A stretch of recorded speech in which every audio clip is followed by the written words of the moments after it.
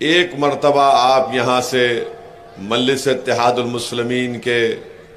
سپاہی وارث پٹھان کو اپنا عمدار بنائیے۔ میں آپ سے صرف 5 سال کا مطالبہ کرتا ہوں، اور اگر 5 سال میں وارث پٹھان آپ کی اور ہماری امیدوں پر نہیں اتریں گے تو میں آپ سے وعدہ کر رہا ہوں کہ میں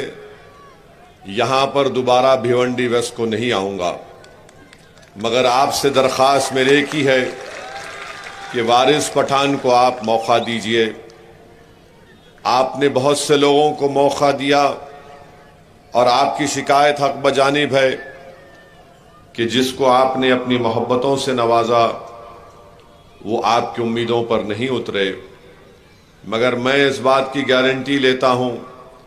کہ اگر وارث پٹھان کو اللہ سبحانہ و تعالی اپنے کرم اور فضل سے اور نبی کریم صلی اللہ علیہ وسلم کے صدقے اور طفیل سے آپ کی دعاؤں سے اللہ کامیاب کرے گا، تو وارث پٹھان سے محنت کروانا، وارث پٹھان کو یہاں پر آپ کی خدمت کرتے کرتے ان کو دبلا کرنا، یہ میری اور ہم مجلس کی ذمہ داری ہوگی انشاءاللہ۔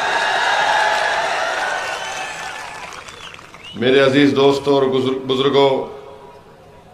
ایک اور بات میں آپ کے سامنے عرض کرنا چاہ رہا ہوں۔ آپ نے دیکھا کہ مہاراشٹر میں ایک شخص نے نبی کریم صلی اللہ علیہ وسلم کے شان میں گستاخی کرنے کی کوشش کی۔ میں یہ بات اس لیے کہہ رہا ہوں کیونکہ کوئی شخص، کوئی انسان اللہ کے رسول صلی اللہ علیہ وسلم کی شان میں گستاخی نہیں کر سکتا۔ جس کو اللہ نے رحمت للعالمین بنا کر بھیجایا، یہ انسان کی بس کی بات نہیں ہے کہ کوئی آسمان کی طرف دیکھ کر تھوکے تو تھوک اسی کے چہرے پر گرے گا، اس ناپاک کے۔ اس نے یہ اناپ شناپ بکا۔ بہت سے نیتا ہیں یہاں پر، کانگریس میں بھی نیتا ہے، سماجوادی میں بھی ہے، مگر کسی نے سوائے ایک رسمی اخباری میڈیا کو بیان دے کر، کسی نے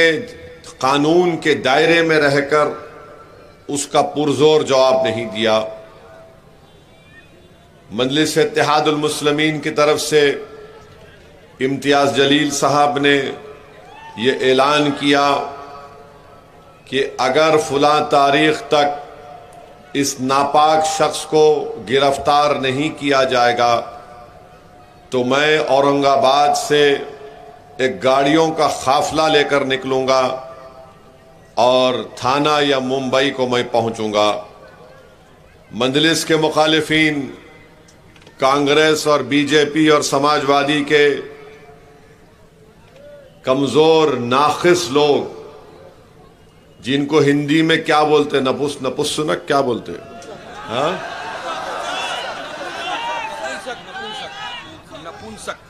نپنسک،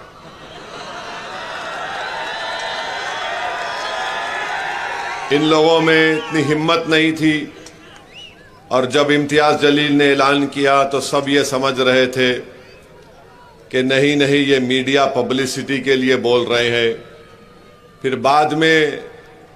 ان کمزوروں نے کہا کہ نہیں، پولیس ان کو روک لے گی، اورنگ آباد میں یہ پریس کانفرنس کرے گا۔ جب دن آیا احتجاج کا تو اورنگ آباد میں مہاراشٹر کے مختلف مقامات سے ہزاروں کی تعداد میں لوگ اپنی اپنی گاڑی لے کر نکلے، ہر کوئی اپنی اپنی استطاعت سے نکلا۔ اور جب امتیاز جلیل نے مجھے فون کیا کہ اسد بھائی